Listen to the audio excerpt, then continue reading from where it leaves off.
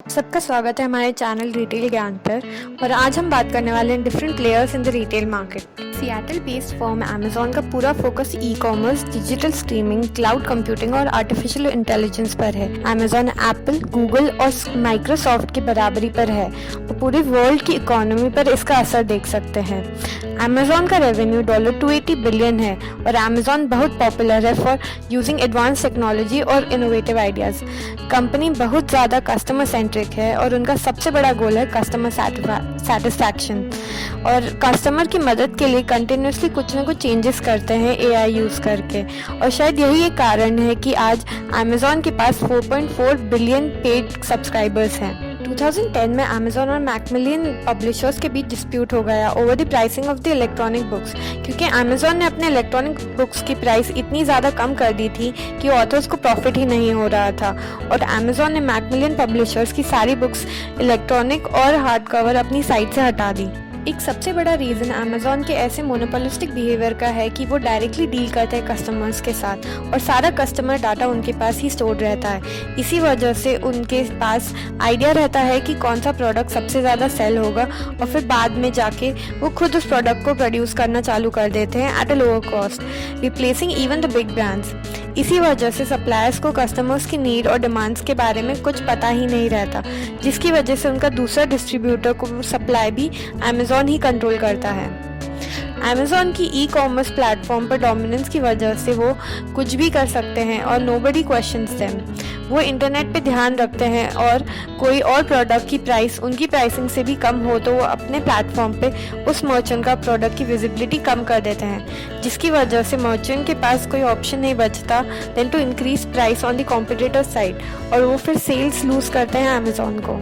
Amazon ने ये declare किया है कि वो अब रिटेल इंडस्ट्री में एंटर कर रहे हैं और एक मीडिएटर की तरह एक्ट करेंगे बिटवीन द ग्रोसरी शॉप और कस्टमर, जहाँ पे अमेजॉन ग्रोसरी शॉप्स को एक प्लेटफॉर्म प्रोवाइड करेगा जहाँ वो अपने सारे प्रोडक्ट्स लिस्ट कर सकते हैं और कस्टमर्स इस लिस्ट को ब्राउज करके अपना ऑर्डर प्लेस कर सकते हैं सिटी के किसी भी किराना स्टोर में।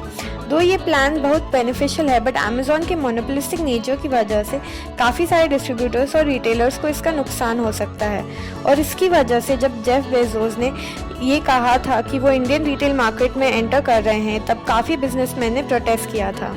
रिलायंस जियो देश का फास्टेस्ट ग्रोइंग टेलीकॉम नेटवर्क है with 35 crore users.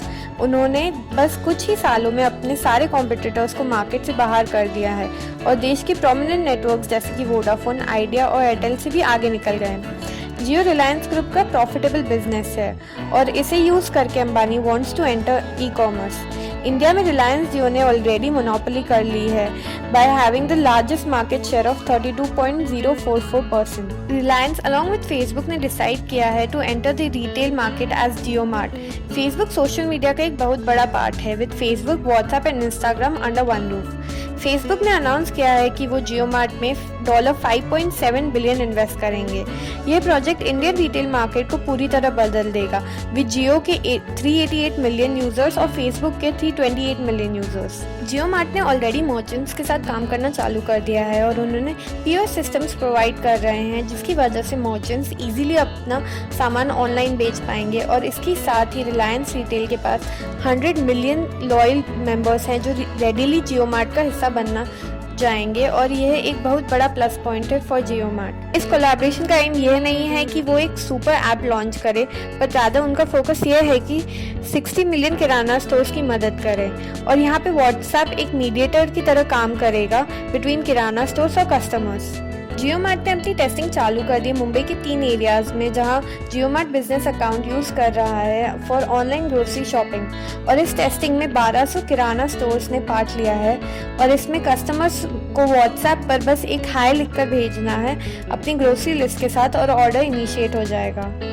Confederation of India industry ने कहा है कि पिछले 4 सालों में एमएसएमई सेक्टर ने 14 मिलियन जॉब्स क्रिएट करे हैं। जियो मार्ट की entry in small software providers के लिए प्रॉब्लमैटिक हो सकती है, क्योंकि जियो मार्ट मार्केट को मोनोपोलाइज कर सकता है और बाकी कॉम्पिटिटर्स को बाहर निकाल देगा, और इसकी वजह से काफ़ी लोगों की जॉब्स जा सकती है और देश में अभी जो स्टार्टअप कल्चर चालू हुआ था वो भी बंद हो सकता है। अलीबाबा ग्रुप होल्डिंग लिमिटेड एक चाइनीज एमएनसी है जो ई कॉमर्स, रिटेल और डिजिटल टेक्नोलॉजीज में इन्वॉल्व है। Jack Ma, the co-founder and former executive of Alibaba group, China का सबसे वेल्दिएस्ट सिटीजन है with a net worth of 42.3 billion US dollars.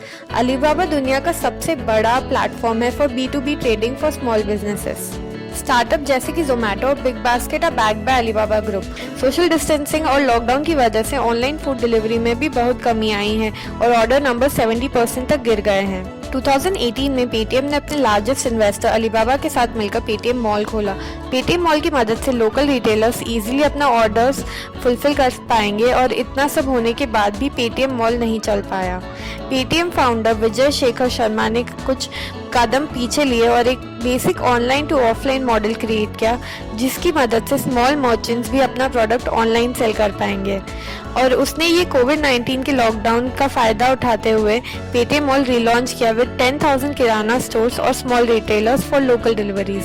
Walmart एक अमेरिकन एमएनसी है जो हाइपरमार्केट्स, डिपार्टमेंट स्टोर्स और ग्रोसरी स्टोर्स ऑपरेट करती है 17 कंट्रीज में under 56 different names. Fortune global 500 के हिसाब से it is currently the world's largest company by revenue of $514 billion. 2018 में Walmart acquired e commerce company Flipkart के majority stakes of 77% for $16 billion. Last year सितंबर में फ्लिपकार्ट ने 27,000 किराना स्टोर्स को अपने अंडर लिया in second and third tier cities. Confederation of all India traders and department for promotion of industry and internal trade CAIT and DPIIT एक department है under the central government's department of commerce जिन्होंने offer किया है किराना stores को एक e commerce platform जहां से वो ऑनलाइन ऑर्डर्स ले पाएंगे और डिलीवरी प्रोवाइड कर पाएंगे। इस प्लेटफॉर्म से स्मॉल रिटेलर्स और स्मॉल बिजनेसमैन को बहुत फायदा होगा। उम्मीद है आपको हमारा आज का ये वीडियो पसंद आया होगा। अगले वीडियो में हम बात करेंगे कंज्यूमर्स बिहेवियर आफ्टर कोविड-19। तो प्लीज़ हमारे चैनल को सब्सक्राइब कीजिए रिटेल ज्ञान।